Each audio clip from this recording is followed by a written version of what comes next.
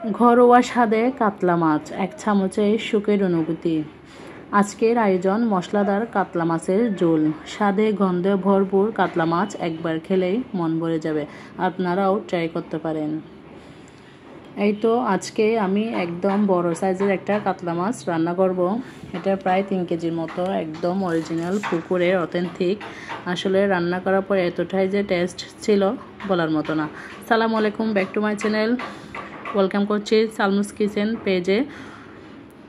অবশ্যই ভিডিওটি শেষ পর্যন্ত দেখবেন। এই তো তেলটা একটু বেশি গরম হয়ে গিয়েছে। এখন তেলের মধ্যে দিয়ে দিলাম পরিমাণ মতো পেঁয়াজ কুচি। পেঁয়াজ কুচিটা দিয়ে একটু নেড়ে চেড়ে দিচ্ছিলাম।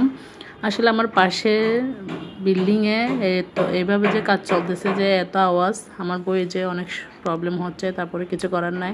এই তো পরিমাণ মতো একটু লবণ দিয়ে দিলাম যাতে পেঁয়াজটা একটু তাড়াতাড়ি নরম হয়ে যায়। এই তো এখন দিয়ে দিলাম একটু ছোটো ছোটো করে টমেটো কুচি এবং দিয়ে দিচ্ছি কাঁচামরিচ বাটা। আজকে আমি কাঁচামরিচ বাটা দিয়ে মাছটা রান্না করব। সব সময় তো অনেক সময় তো আপনারা ভেজে রান্না করে খেয়েছেন। আজকে একটু এভাবে যখন একদম মজাদার বড় মাছ এভাবে না ভেজে রান্না করবেন, দেখবেন অনেকটা টেস্ট হবে। দিয়ে দিলাম তার মধ্যে হলুদের গুঁড়া, ধনিয়া গুঁড়া, জিরার গুঁড়া।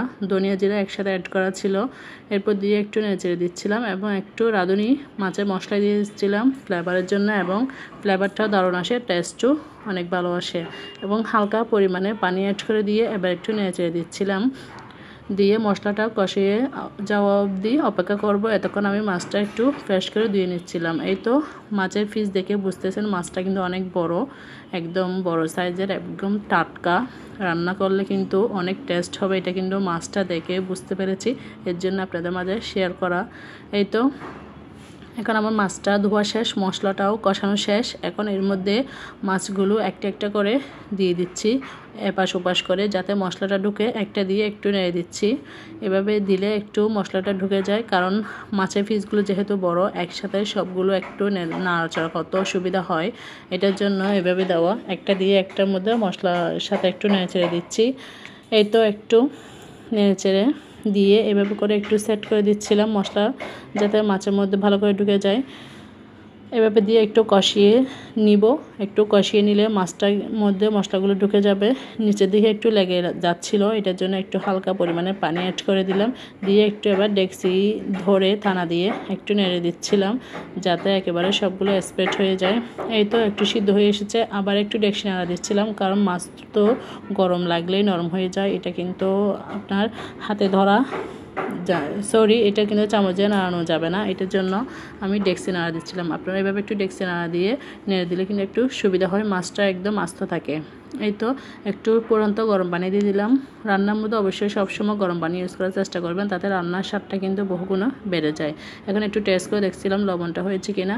লবণটা হয়নি, এটার জন্য একটু লবণ অ্যাড করে দিলাম। লবণ অ্যাড করে দিয়ে আবার একটু কিছুক্ষণ মিডিয়াম আঁচে সিদ্ধ করে নিব।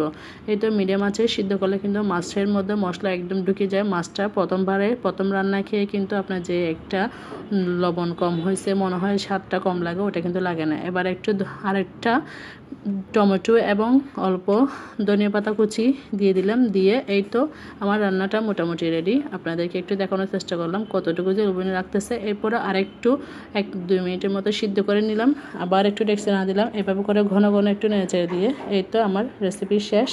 এখন এটা হচ্ছে তার ফাইনাল লুক।